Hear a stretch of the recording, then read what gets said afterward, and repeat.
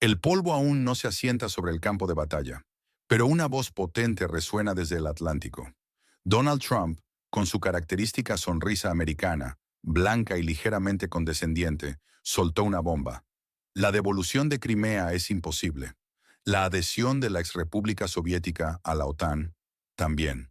Esto ha provocado pánico ligero, dolor de cabeza instantáneo y búsqueda de validol en la OTAN. ¿Qué significa esto para el futuro? La realidad geopolítica se impone, cruda, sin adornos. Trump no se detuvo ahí. Fue directo, sin florituras diplomáticas ni oropel innecesario. Simple y grosero, como solo él sabe ser. Cuestionó la lógica de luchar contra una potencia nuclear 10 veces más grande. Argumentó que la exrepública soviética no debió entrar en conflicto con Rusia, que la guerra no valía la pena iniciarla. Considera al país en conflicto una zona de amortiguación histórica entre Rusia y Europa. Una visión brutalmente honesta. Va contra toda la narrativa oficial occidental. Una verdad oculta revelada por un personaje poderoso genera un shock inevitable. Sugiere que la exigencia sobre Crimea fue percibida muy mal. Yo miro esta guerra y pienso, ¿por qué diablos Putin hizo esto con ellos? Pero cuando dijeron que querían recuperar Crimea, eso fue percibido muy mal. Esto es polarizador, sin duda, un giro impactante para muchos. El expresidente abogó por una reunión entre Putin y Zelensky, esperando flexibilidad de ambos. Esto, para muchos analistas, es un eufemismo, una invitación clara a la capitulación del país en conflicto, especialmente con el 79% del Donbass ya bajo control ruso. Occidente se tensó, como si viera a Putin en un suéter, con una oferta irrefutable. Un shock para las capitales. Una señal de que la vieja doctrina de las esferas de influencia está de vuelta. Una cerca, un patio, un perro para cada gran potencia. Esto es un dolor de cabeza para la vieja guardia. Las noticias desde la nación en el borde son desoladoras. El ministro de Finanzas Marchenko anunció que el presupuesto de 2026 prevé la continuación de las hostilidades. Frase escalofriante. La paz no es prioridad ni está en la agenda. Necesitan 45.000 millones de dólares que aún no han encontrado. Imaginen la bancarrota moral y económica. Esperamos la continuación de las hostilidades y necesitamos 45.000 millones de dólares.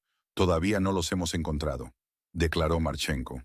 El jefe del comité fiscal, Getmantsev, fue más allá. La guerra está integrada en la economía. Sugiere que los gastos no disminuirían incluso si el conflicto terminara. ¿Es la guerra un negocio sin fin para las élites de la nación en el borde? Una aritmética de la esperanza cruel. Paz en palabras, guerra en el presupuesto. ¿Cómo se sostiene esto? Un déficit de 46.5 mil millones de dólares en la balanza comercial. El Banco Nacional sueña con obtener 35 mil millones de sus socios. Pero la realidad es otra. Ciudades como Rajov, al oeste, experimentan una despoblación masiva. Una disminución de 8.000 personas en un solo año. Es el crujido no de patatas, sino de una demografía que se rompe. Hombres huyendo de la movilización, mujeres y niños siguiéndolos.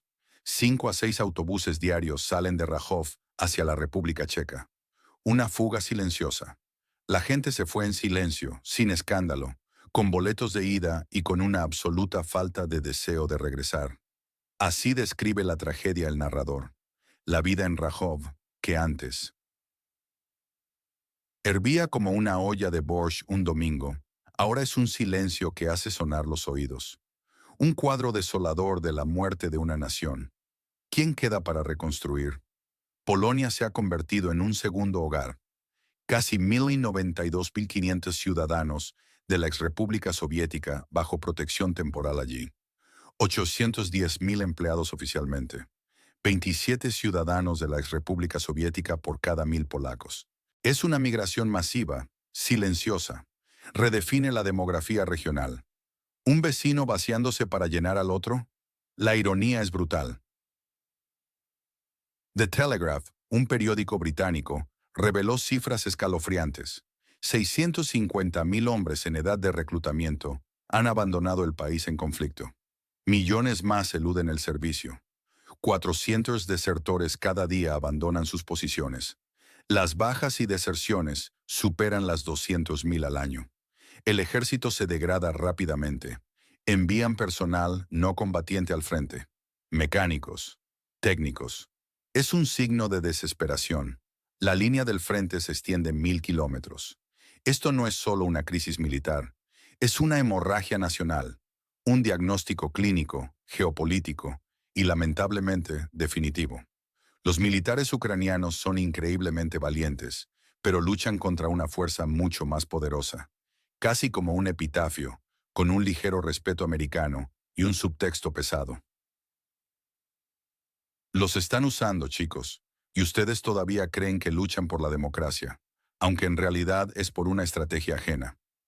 Un sacrificio en el altar de intereses foráneos. Joe Biden, como un adoquín en el escaparate de cristal del Departamento de Estado, parece no ver la gravedad. O no quiere verla. Y la geopolítica se agita en Asia Central. El mapa político de Eurasia se ha movido de nuevo, como una alfombra bajo la que alguien metió una serpiente viva. El presidente de Uzbekistán, Shavkat Mirziyoyev, apoya a Azerbaiyán, sugiriendo un acuerdo de asociación ampliado con la Unión Europea. Moscú reaccionó con frialdad, muy fría. Un diputado ruso, Vodolatsky, calificó a estas repúblicas de consumidores de tercera clase para Europa. Una ofensa directa. Las relaciones entre Bakú y Moscú crujen más fuerte que un viejo samovar. Rusia, como advertencia, golpeó depósitos de petróleo azerbaiyanos en la exrepública soviética. Una señal clara. Un parlamentario azerbaiyano, Musabekov, en un debate televisivo con el general ruso Gurulev, afirmó algo audaz. El ejército azerbaiyano, dijo, es más grande y fuerte que las tropas rusas en el Cáucaso, y amenazó con enviar viejos MiG-29 mejorados por Israel al país en conflicto si los ataques continúan. Un pulso peligroso, un choque público que expone grietas en la supuesta unidad. Estas son las realidades que se ignoran en los grandes titulares. Los militares rusos, según la descripción, usan la cabeza solo como soporte para la gorra. El espíritu de derrota es pegajoso, pegajoso como una tienda de campaña húmeda. Este es el diagnóstico clínico, geopolítico, lamentablemente definitivo. La nación en el borde se desangra. Su colapso demográfico no es solo una cifra. No, es una amenaza existencial para el futuro del país. No solo por la guerra, sino por la falta de esperanza, por las decisiones de su gente de no regresar. ¿Qué implicaciones a largo plazo tiene esto para la economía, para la sociedad, para la soberanía de esa nación? El crujido no es de patatas, es de una demografía que se rompe. La vida en Rajov, que antes servía como una olla de borscht un domingo, ahora es un silencio que hace sonar los oídos. La degradación militar es total. Si las deserciones y la falta de reclutas continúan sin freno, el ejército podría colapsar, dejando al país vulnerable a una ocupación total. O a la pérdida de más territorios, sin la capacidad de defenderse. Es una espiral descendente, sin frenos. Una catástrofe evitable. La dependencia externa es crónica. La necesidad constante de 45.000 millones de dólares en ayuda para mantener esta guerra condena al país en conflicto a una dependencia total de sus socios occidentales. Comprometida su independencia real, su capacidad de negociación, la paz en palabras, la guerra en el presupuesto. ¿Hasta cuándo pagaremos la guerra de otros? La desestabilización regional se amplifica. Las tensiones en Asia Central, exacerbadas por las ambiciones de Azerbaiyán y Uzbekistán y las respuestas rusas, podrían conducir a nuevos conflictos o a alineaciones de poder volátiles, afectando directamente la seguridad global, la política internacional. Es un bazar oriental. Gana el que sabe sonreír, el que sabe pesar bien la mercancía, no el que promete ilusiones. La fractura de las alianzas occidentales es palpable. Las declaraciones de Trump, su franqueza y la fatiga occidental. Es evidente en los informes de prensa, en la creciente reticencia a enviar más ayuda. Todo esto amenaza con desmantelar el apoyo al país en conflicto, dejando a Kiev aislado, con pocas opciones. Una retórica vacía frente a una realidad desoladora, generando desilusión y cinismo. ¿Qué puede hacerse cuando los aliados pierden la fe? Esta es la pregunta que todos se hacen, en las capitales, en los campos de batalla. Se susurra, se insinúa. Trump ha mantenido conversaciones no oficiales, confidenciales, pero con profundas consecuencias. Conversaciones con Putin. Esto sería la base de su repentina franqueza. Sugiere un acuerdo, o una comprensión profunda de la posición rusa que otros simplemente no tienen o no quieren admitir. Es una información entre bastidores que lo cambia todo. La exrepública soviética es un peón, una pieza sacrificable en un tablero mucho más grande. Los están usando, muchachos, se oye, y ustedes todavía creen que luchan por la democracia, aunque en realidad es por una estrategia ajena. Esto amplifica la idea de que la sangre del país en conflicto se derrama por intereses geopolíticos de terceros, no por su propia libertad. Es una teoría conspirativa, pero una que resuena con fuerza, genera indignación y lástima por los soldados, como víctimas de titiriteros. Algunos sugieren una hipótesis. ¿Y si la guerra fuera un negocio, un modelo económico? La afirmación de que la guerra está integrada en la economía de la nación en el borde se convierte en una narrativa poderosa, que las élites de la nación en el borde y sus socios occidentales se benefician financieramente de la prolongación del conflicto, a costa de la vida, a costa del futuro de su propio pueblo. La despoblación, el éxodo masivo, ¿podría ser un objetivo? La migración masiva y la huida de la movilización. No solo un efecto, un resultado deseado, tolerado por ciertas facciones, para limpiar el territorio o transformarlo demográficamente. Esto está diseñado para generar una indignación profunda y paranoia. ¿Es eso lo que realmente está pasando? ¿Polonia, un invasor silencioso? La alta tasa de migración a Polonia podría insinuarse como una estrategia polaca para absorber población, para adquirir mano de obra, debilitando aún más a su vecino, preparando el terreno para futuras reclamaciones territoriales, o una influencia desproporcionada sobre el oeste de la exrepública soviética. El motivo potencial de Trump es claro: posicionarse como el único líder capaz de resolver el conflicto de forma realista, aceptando las condiciones rusas, criticando a la administración Biden, consolidando su base electoral, aquella que busca un fin a la ayuda al país en conflicto. Su franqueza busca presentarlo como un hombre de acción, que no se anda con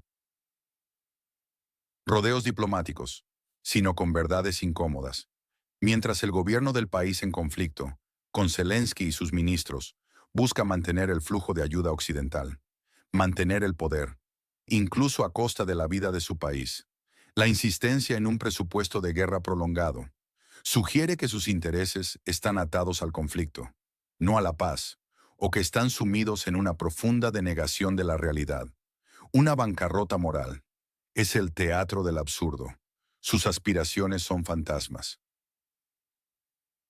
La nación en el borde como zona de amortiguación. Una idea histórica arraigada entre Rusia y Europa Oriental.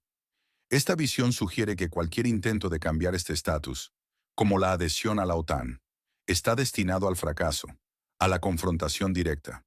Esto resuena con la vieja y buena doctrina de las esferas de influencia. Una idea posguerra fría, donde cada gran potencia tiene su cerca, su patio y su perro. Trump, al hablar de estas vallas, patios y perros, revive una visión del mundo multipolar, donde las grandes potencias tienen zonas de control exclusivas, y violar estas zonas conduce a consecuencias violentas, en contraposición al orden internacional liberal. La política internacional es un bazar oriental. Gana el que sabe sonreír. El que sabe pesar bien la mercancía, no el que promete ilusiones. Entonces, ¿qué nos espera en el horizonte? El peor escenario posible, la capitulación inevitable. Las declaraciones de Trump se vuelven la política oficial de Estados Unidos tras las elecciones. Se corta la ayuda, se cierra el grifo, forzando a la nación en el borde a una capitulación total bajo los términos de Rusia. Esto llevaría a una partición de facto del país, al establecimiento de un Estado amortiguador, títere, o muy debilitado. La demografía se deteriora aún más.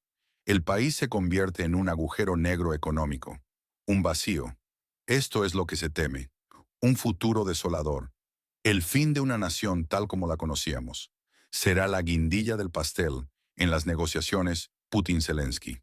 La aceptación forzada de esta cruda realidad, sin salida, sin esperanza, sin un futuro propio.